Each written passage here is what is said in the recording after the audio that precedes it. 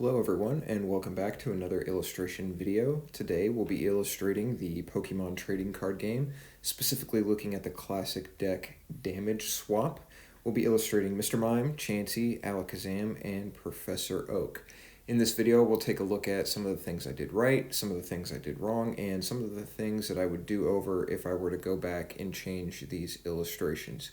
You can see for this theme, I've kind of focused in on pink, orange, and red, creating a pretty nice and cohesive color set for all four illustrations across the board here. So without any further ado, let's jump into our first illustration.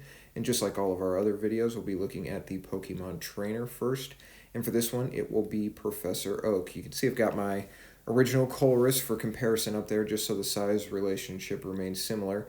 But as with the last illustration where I worked on drawing Bill, I really wanted this one to change a little bit. I changed the proportion slightly. I made the faces a little bit different.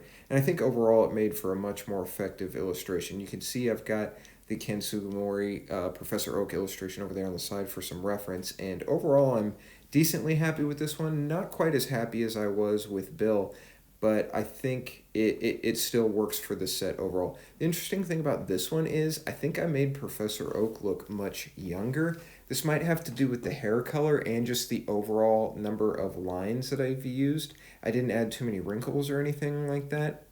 So if I were to redo this illustration, I definitely would have tried to change the age dimensions to match more like you would see on that classic card. But overall, not bad.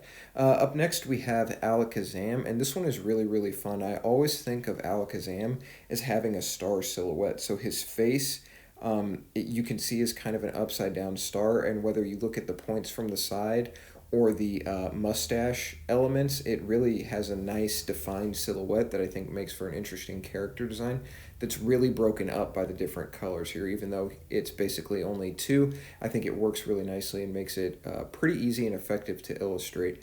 I think I've got some pretty good weight in the posture here, and I'm pretty happy with that. And the color selection I think works really well. I tried to change it from that really desaturated goldenrod and almost like a pale maroon into something a little bit more vibrant. So this gold's a little more dandelion. The arms and the psychic elements that were originally maroon are a little more orangish pink now, and I think it makes for a nice cohesive color scheme overall.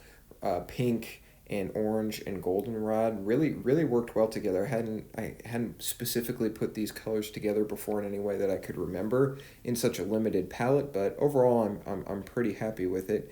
It's got a nice expression on the face there. A few more lines really helped sell that expression, and overall I'm just generally pretty pleased with this Alakazam. So Professor Oak, decent. Alakazam I would definitely say is a little bit better for sure. And next, we're going to take a look at Chansey. So I wanted to change something for this one. I tried to incorporate some of the trainer elements from the deck from what I saw, and using the Pokemon Center trainer card seemed to be like a pretty big component for this deck, so I gave Chansey that Pokeball nurse hat, and I think it just adds a little bit more dimension to a traditional Chansey illustration. The colors here are definitely changed from what would be originally seen in the illustrations, making it more magenta and a little less pink, and then really emphasizing those blue-violet shadows. I think really worked nicely. The highlights on this is probably something I would go back and pay a little bit more attention to. Not that it's bad per se, but nothing's particularly emphasized, and that middle pale lilac magenta of the base tone is so close to white that it's not quite as much contrast as I would traditionally care for. And with the saturation in the blue violet, there's not a huge dark range on this. It makes the expression on the eyes stand out, but again, that's something I'd look at in the future. Up next, we have probably my favorite from this series of four, and that's going to be Mr. Mime. I was really pleased with the dimension that I was able to accomplish in this image. I think the hands presented a really unique opportunity to create a nice illustration in three-dimensional space. It really looks like the hands are popping out, and he's got some kind of weight to him, making some of those invisible walls or something like he typically does. A very bubblegum shop color scheme here. You can see my color palette slider over there on the right for reference.